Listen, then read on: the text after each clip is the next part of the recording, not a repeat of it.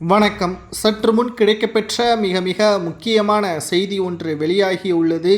அனைத்திந்திய அண்ணா திராவிட முன்னேற்றக் கழகத்தின் அலுவலகத்தில் ஓபிஎஸ் அவர்கள் செல்வது உறுதிதான்.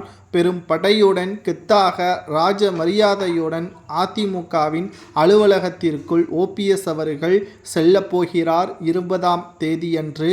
காரணம், அதிமுகவின் இரட்டை இலை சின்னத்தை முடக்க வேண்டாம் என்ற காரணத்தை தேர்தல் ஆணையத்திடம் கூற வேண்டும் என்றால் ஓபிஎஸ் அவர்கள் இணைய வேண்டும். பொதுச்செயலாளர் பதவியை எடப்பாடி ராஜினாமா செய்ய வேண்டும். இந்த 2 முக்கியமான நிபந்தனைகளை ஓபிஎஸ் அவர்கள் போட்டுள்ளார்.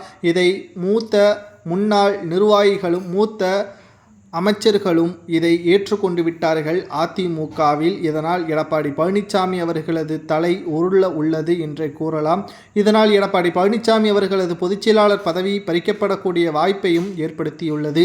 மேலும் இரட்டை இலை சின்னத்தை முடக்க வேண்டாம் என்று ஓபிஎஸ் அவர்கள் தேர்தல் ஆணைய அலுவலகத்தில் டெல்லிக்கு சென்று கூறினால் மட்டும்தான் இரட்டை இலை சின்னம் முடக்காமல் தவிர்க்கப்படும்.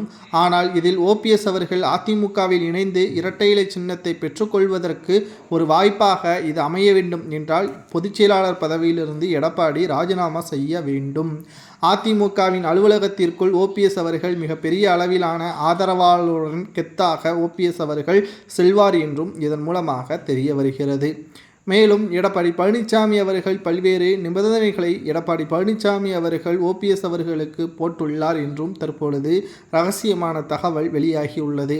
அதில் எடப்பாடி பழனிசாமி அவர்கள் கூறுவது என்னவென்றால், பொதுச்செயலாளர் பதவியை நான் ராஜினாமா செய்ய முடியாது, உங்களை அதிமுகவில் இணைத்து கொள்ளலாம், இரட்டை இலை சின்னத்தை பெற்று தேர்தலை சந்திப்போம், இதில் அதிமுக வெற்றியடைவதற்கான முயற்சிகளை அனைவரும் பெற்றுக்கொள்வோம், அந்த முயற்சி வெற்றியடைந்தால் ஆட்சி அதிகாரத்தை பயன்படுத்தி கொண்டு முதல்வர் யார் துணை முதல்வர் யார் என்ற தகவலை பின்பு நாம் அறிவிப்போம் என்று கூறியிருக்கிறார். இதில் ஓபிஎஸ் அவர்கள் உடன்பட்டாலும் பொதுச்செயலாளர் பதவி என்பது நிரந்தரமாக மறைந்த முதல்வர் ஜெயலலிதா அவர்களுக்குத்தான் கொடுக்கப்பட்டது. அதை எப்படி மாற்றியமைக்கலாம், உங்களுக்கு என்ன தகுதி இருக்கிறது என்பதற்கான பதிலையும் தெரிவித்திருக்கிறார். ஆகையால் 19ஆம் தேதி அன்று டெல்லிக்கு இவர்கள் செல்லும் பொழுது அதிமுகவின் அலுவலகத்திற்குள் சென்று அனைத்தையும் சரிபார்த்ததற்கு பிறகுதான் ஓபிஎஸ் அவர்கள் டெல்லி செல்வார் என்றும் கூறப்படுகிறது.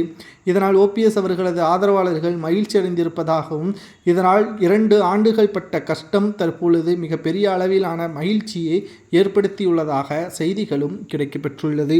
பொறுத்திருந்து பார்க்கலாம். அனைத்திந்திய அண்ணா திராவிட முன்னேற்றக் கழகத்திற்கு மிகப்பெரிய அளவிலான ஒரு வாய்ப்பாக இது அமையும். ஓபிஎஸ் அவர்களது வரவு வெற்றியை ஏற்படுத்துமா என்பதை கமெண்ட் வாயிலாக கூறுங்கள்.